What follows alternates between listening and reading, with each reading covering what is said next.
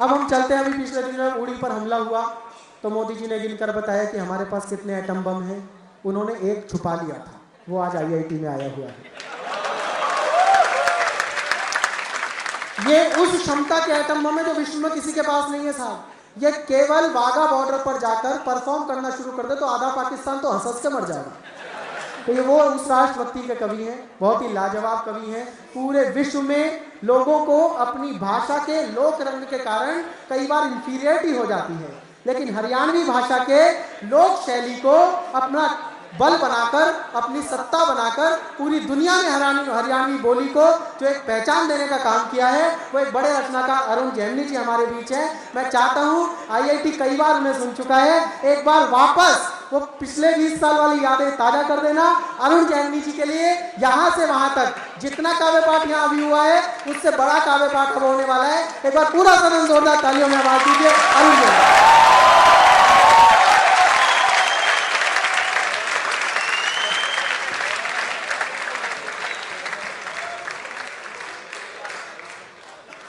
इस युवा शक्ति को प्रणाम करता हूँ।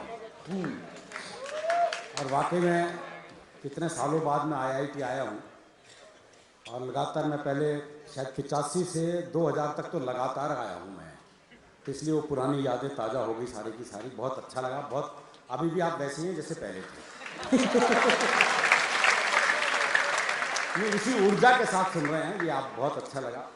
लेकिन ये तीनों कवि प्रेम में डूबे हुए थे। युवा पीढ़ी देखते इनके अंदर का प्रेम जाग गया था। ये शंभू तक प्रेम की बात कर रहा था। चलो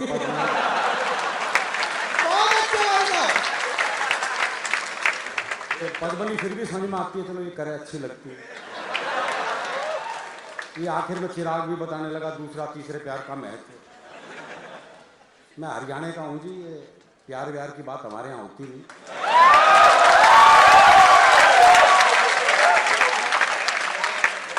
हरियाणा में प्यार जो है वो ब्याह के बाद होता है। भाई ब्याह से पहले प्यार कर ले तो हम तो पेड़ पे ही लटके मिलते हैं।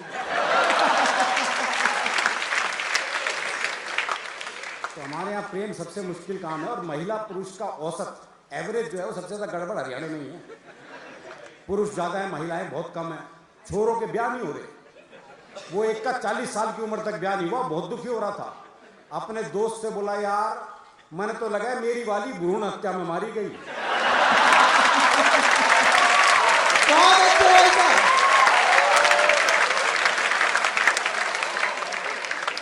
ये पीड़ा है हमारे साथ, इसमें कोई शक नहीं है।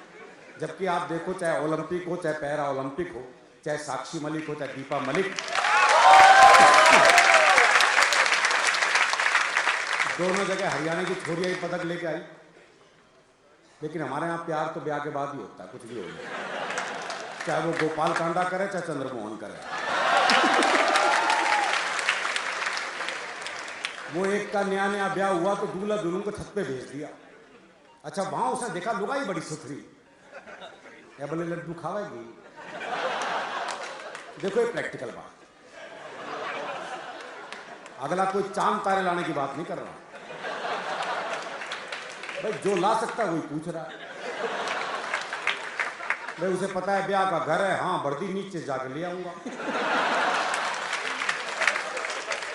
लड्डू खावेगी बर्फी ला दूं, इमरती खावेगी जलेबी ला दूं। भाई ने सुबह के 4 बजा दिए इस चक्कर में।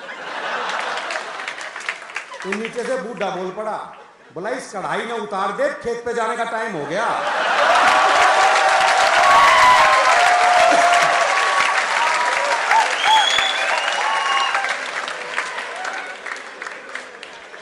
तो प्रेम ब्याह के बाद ही होता है। अभी मेरा एक दोस्त मिला, उसके दोनों होठ बुरी तरह जले हुए। मैंने कहा होठ कैसे जल गए? बोला पत्नी मायके जा रही थी, स्टेशन छोड़ने गया था, मारे खुशी के इंजन चूम लिया।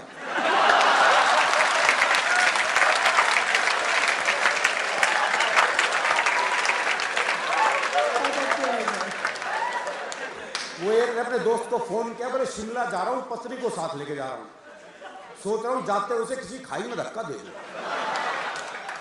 तो दोस्त बोला यार मेरी वाली भी ले जा।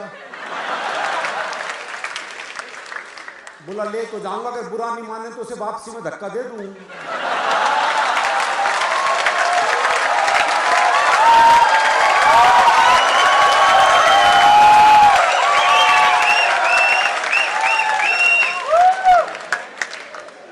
हमारा प्रेम ऐसा ही है जी। वो एक ने एक से पूछे, बोले तुम कितने भाई बहन? बोले 15। बोले 15? परिवार नियोजन वाली आंटी नहीं आई थी घर? बोला आई थी ना, 3 उनसे भी हैं।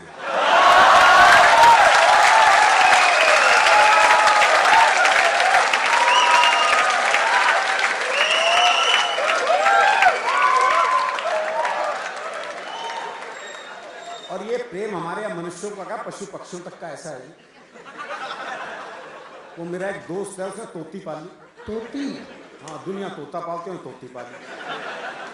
3 दिन के लिए कहीं बाहर जाना था। बोले यार क्या करूं, कौन दाना पानी देगा, बड़ा चिंतित हूं। मैंने कहा मेरे घर छोड़ जा, 2 तोते हैं, उन्हें दाना पानी देता हूं, इसे भी दे दूंगा। बोला भाई तेरे 2 तोतों के बीच में अपनी तोती छोड़ दूं ना। मैंने कहा नहीं यार, मेरे तोते बड़े धार्मिक हैं, तो खुद देख ले आके। अच्छा, उसने देखा बकायदा एक गीता के श्लोक पढ़ रहा, एक कुरान की आयतें पढ़ रहा। बोले बड़े धार्मिक है, कोई खतरा नहीं। उसने तोती छोड़ दी। जैसी तोती पिंजरे में गई तो एक तोते ने दूसरे को कोहनी मारी। अरे बोले पूजा पाठ बंद कर, दुआ कबूल हो गई।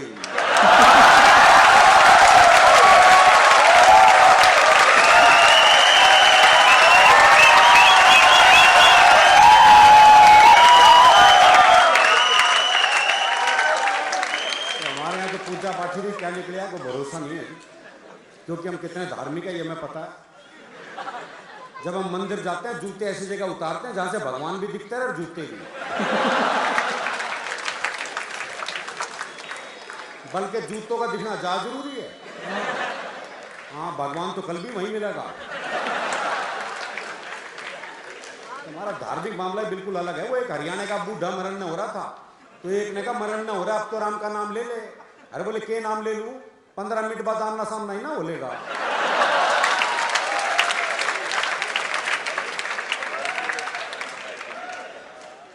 जहां तक कवि सम्मेलन की बात है, कवि सम्मेलन की शुरुआत तो हरियाणा से ही हुई थी।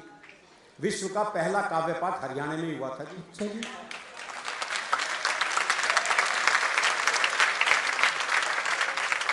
स्थान था कुरुक्षेत्र, कवि थे भगवान श्री कृष्ण और श्रोता थे अर्जुन।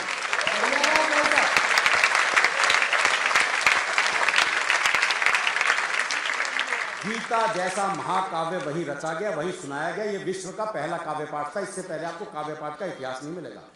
18 अध्याय सुनाए थे कृष्ण जी ने अर्जुन को। उसके बाद पूछा था बड़े लड़ रहा है या और सुनाऊं?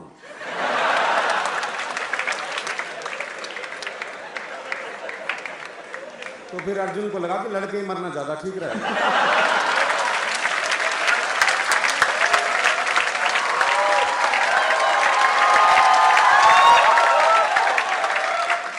तो हमने तो कृष्ण जी से ज्ञान ले रखा, तो ये आजकल के नालतू फालतू बाबाओं से कौन ज्ञान ले। वो मेरे दोस्त का फोन आया, बोले घर के मंदिर में आसाराम का फोटो लगा रखा था, अब क्या करूं? मैंने कहा उतार के बेडरूम में लगा ले।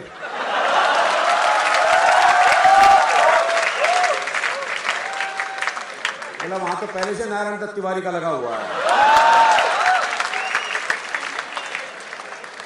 वो एक और बाबा आया, निर्मल बाबा। समोसे, ब्रेड पकोड़े, गोलगप्पे वालों का ब्रांड एम्बेसडर। समोसे खाए थे? हाँ जी खाए थे। हरी चटनी से खाए थे, लाल चटनी से खाए थे?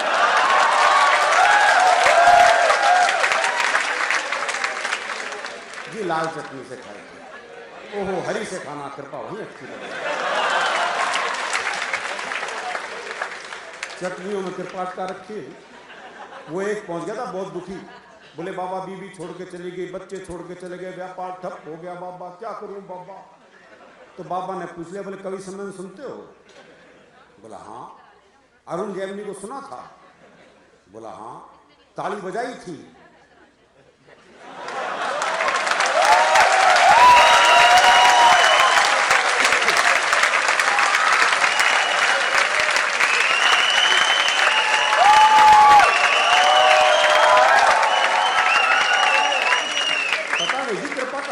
पड़ी हो। एक फिर वो हरियाणा का रामपाल बाबा, पूरी मिलिट्री बुलानी पड़ गई थी गिरफ्तार करने के लिए। अगले के पास खुद की इतनी फोर्स थी, तो वहीं एक पुलिस वाले ने एक मीडिया वाले को पीट दिया था। आपने टीवी पर वो दृश्य देखा होगा। तो मैंने पुलिस वाले से पूछा, मैंने कहा मीडिया वाले को क्यों मारा? बोला सामने से पेट्रोल बम पड़ रहे थे, गोली चल रही थी, पत्थरबाजी हो रही थी, और वो मेरे हलक में माइक देख के पूछ रहा था कैसा महसूस कर रहे हो।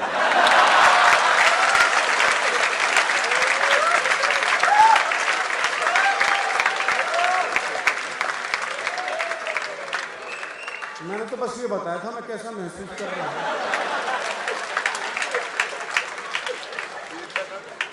एक फिर वो मथुरा का राम वृक्ष बाबा,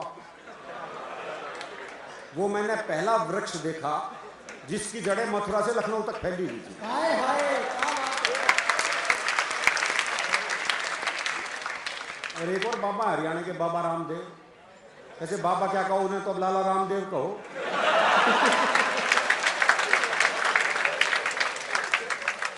नहीं, वो एमडीएच वाला बुड्ढा कॉम्प्लेक्स में आ गया, बोला मॉडलिंग में मेरा कंपटीटर तो अभी आया है। तो इसलिए बाबाओं का भी जिक्र नहीं करूंगा। और जिन बाबाओं को ज्यादा टीवी पर मौका नहीं मिलता वो बाहर ढूंढते फिरते हैं। वो हरियाणा में एक बाबा जी सुबह से परेशान, कोई मिला ही नहीं जिसे ज्ञान दे सके। सुबह से शाम हो गई तो शाम को देखा एक छोरा हाथ में दिया जलाया आ रहा है। बाबा ने सोचा मिल गया मौका। बोले बेटे तुम्हें पता है ज्योति कहां से आती है? बाबा ने सोचा ये जवाब देगा और मैं प्रवचन। लेकिन छोरा हरियाणा का था जी, उसने मारी दिए के फूंक। बोले बाबा ये बताए ज्योति गई कहां?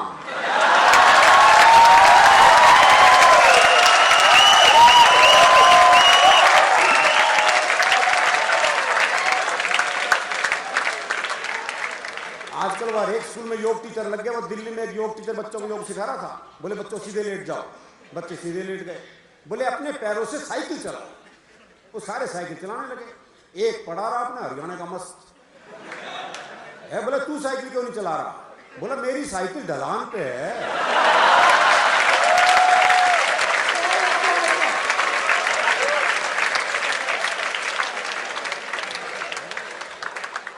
अब सिखा दो उन्हें योग। ये आजकल के बच्चे सीखे सिखाए बच्चे हैं साहब, टीवी कंप्यूटर के बच्चे हैं, बड़े शार्प हैं। वो क्लास में टीचर ने बच्चे से पूछ लिया, बोले मैंने तुझे थप्पड़ मारा, इसका भविष्य काल बता। बच्चा बोला तेरी साइकिल में पंचर मिलेगा।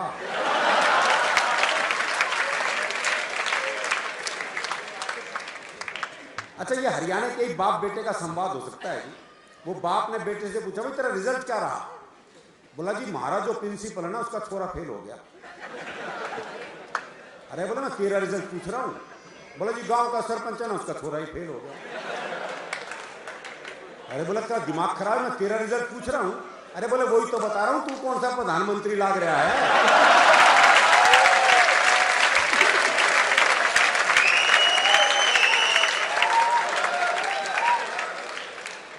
वो बाप जो है बेटे की रिपोर्ट कार्ड देख रहा था। अरे बोले फेल हो गया, आज के बाद बापू मत कह दियो बस। अरे बोले बापू क्यों परेशान हो रहा है? स्कूल की रिपोर्ट आई, कौन सी डीएनए रिपोर्ट आ गई?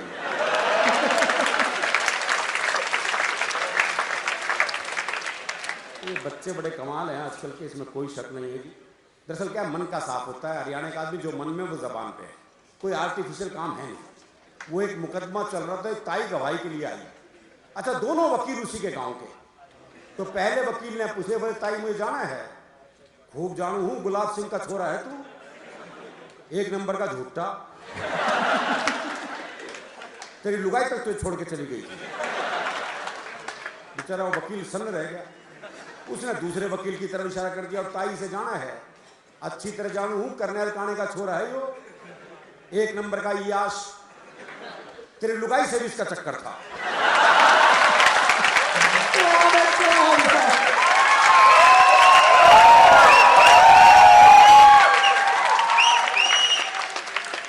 भाई साहब, जज ने कोर्ट स्थगित की, अपने चैम्बर में गया, दोनों वकील बुलाए। बोले खबरदार ताई से मेरे बारे में कुछ पूछ लिया।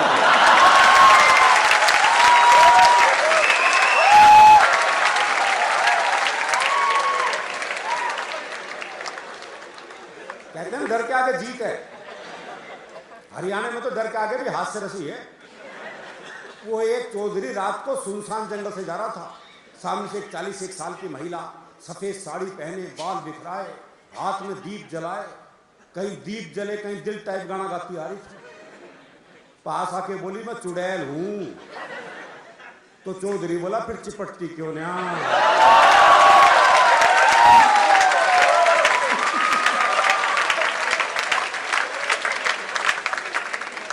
बताओ ऐसे का चुड़ैल भी क्या कर लेगी। एक हॉस्पिटल के ऑपरेशन थिएटर के बाहर मैंने एक बोर्ड पढ़ा था कि खोल लेते दिल अगर हंस बोल के यारों के साथ, तो हमें ना खोलना पड़ता ये औजारों के साथ।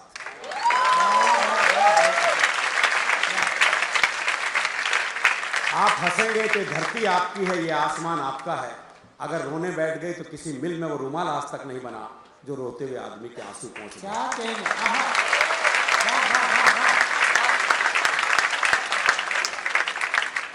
और हरियाणा का आदमी हास्य रस में इसलिए रहता है क्योंकि फुर्सत में रहता है।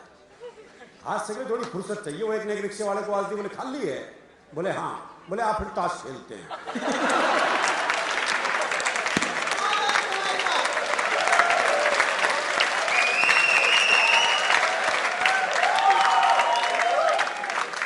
इतनी फुर्सत जरूरी है।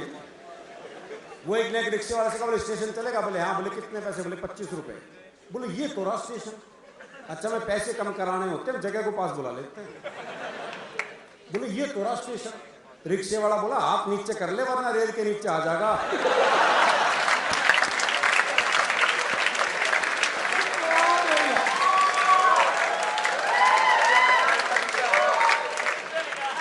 वो एक पहुंच गया हलवाई की दुकान पे, भाई ने छिप के जलेबी खाई भरपेट। जब पैसे देने का नंबर आया, भाई ने जेब झाड़ दी, बोले पैसे तो नहीं।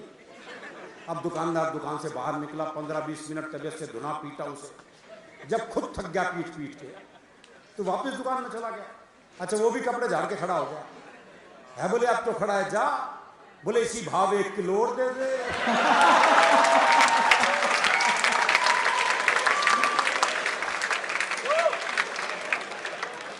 तो ये मस्ती जीवन में बहुत जरूरी है कि अंदर का आनंद बहुत जरूरी है। और हमारे यहाँ तो हर संबंध हास्य रस में, बाप बेटे के संबंधों में हास्य रस है। वो एक बेटा रात को 9 से 12 पिक्चर देखने जा रहा था, तो बाप ने कहा अगर जागता हुआ हूं तो दरवाजा खोल दूंगा, लेकिन अगर सोते को जगा दिया तो फिर नहीं खोलूंगा। अब वो रात को 1 बजे लड़का वापिस आया, तो बोले कैसे पता लगा बापू सो गए है जाग गए? तो अगले चौकीदार की आवाज बनाई, बोले राम प्रसाद सो गए है जाग गए? बोले जागू, बोले जाग गए तो खोल दे।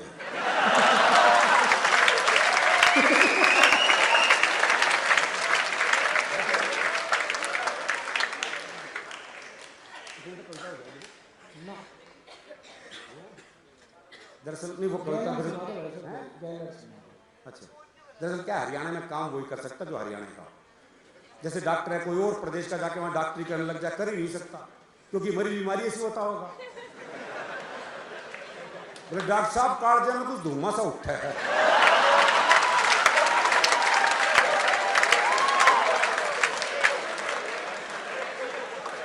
अब समझ ले डॉक्टर क्या बीमारी है। और डॉक्टर भी ऐसे ही है। वो डॉक्टर एक मरीज का चेकअप कर रहा था, देखा उसकी दोनों टांगे नीली पड़ गई। बोले ओहो जहर चढ़ रहा है भाई, टांगे काटनी पड़ेगी। दोनों टांगे काटी गई साहब, नकली टांग लगवाई गई। देखा कुछ देर बाद नकली टांग भी नीली पड़ गई। बोले ओहो तुम्हारी तो जीन्स ही रंग छोड़ती है।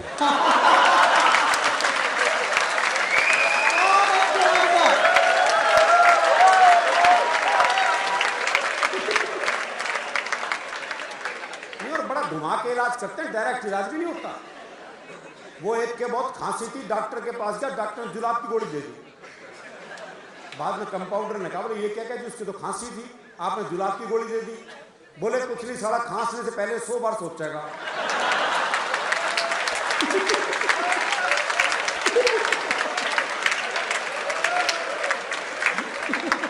ये इलाज में हमारे यहाँ संभव है।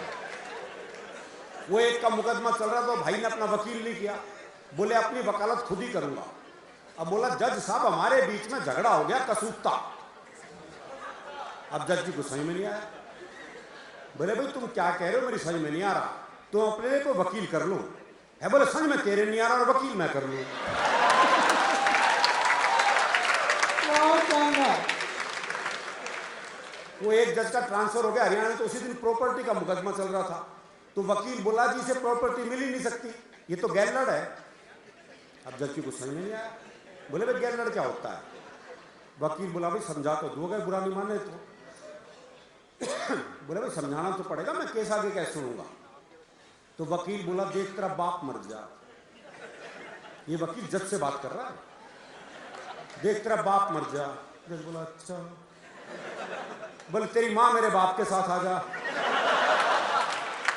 और पाछा पाछा तू आ जा तो तू गैरलड़ होगा।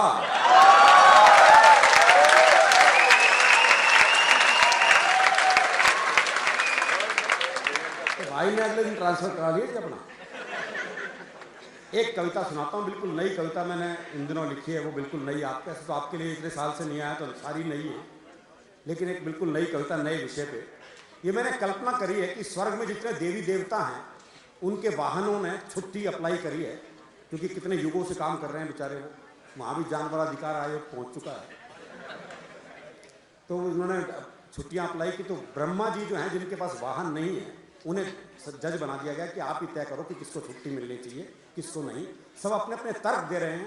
एक एक तर्क पर आपका ध्यान चाहूँगा, बिल्कुल अलग तरह की कविता है। सबसे पहले पक्षीराज गरुड़ आए, बोले विष्णु जी शिव जी से मिलने प्रतिदिन जाते हैं, उनसे बतियाते हैं, उनका तो कुछ नहीं जाता, पर शिव जी के गले में पड़े सांप देखकर मेरे मुंह में पानी भर आता है। इतने स्वस्थ, इतने लजीज, इतने पौष्टिक सांप मेरी जगह होते तो क्या करते आप? कुछ दिन मैं भरपेट सांप खाना चाहता हूं, इसलिए छुट्टियां लेकर हिंदुस्तान जाना चाहता हूं। कुछ दिन मैं भरपेट सांप खाना चाहता हूं, इसलिए छुट्टियां लेकर हिंदुस्तान जाना चाहता हूं। भारत ने बहुत सारे सांप संभाल रखे हैं, अपनी आस्तीन में पाल रखे। हाय हाय, वाह वाह वाह वाह वाह, क्या कहने।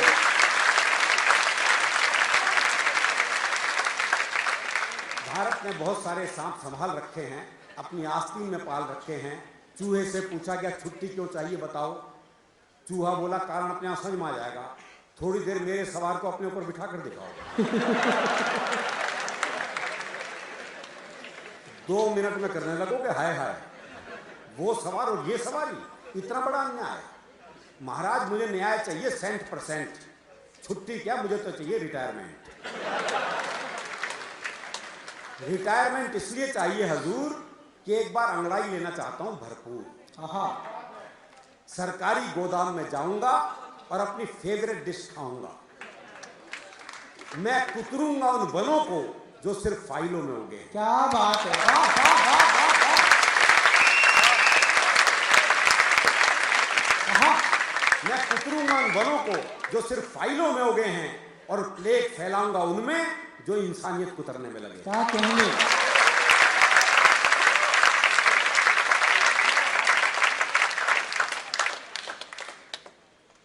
चूहे उधर गधा चल रहा था घास, ब्रह्मा जी खुद गए उसके पास।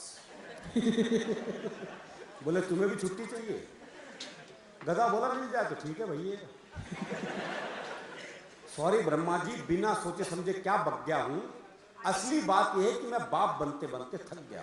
क्या कहने, हाय हाय। असली बात यह कि मैं बाप बनते बनते थक गया हूं। छुट्टी मिल जाए तो जरा सुर में रेखना चाहता हूं, और जिन्होंने मुझे हर मौके पर बाप बनाया उनकी माएं देखना चाहता हूं।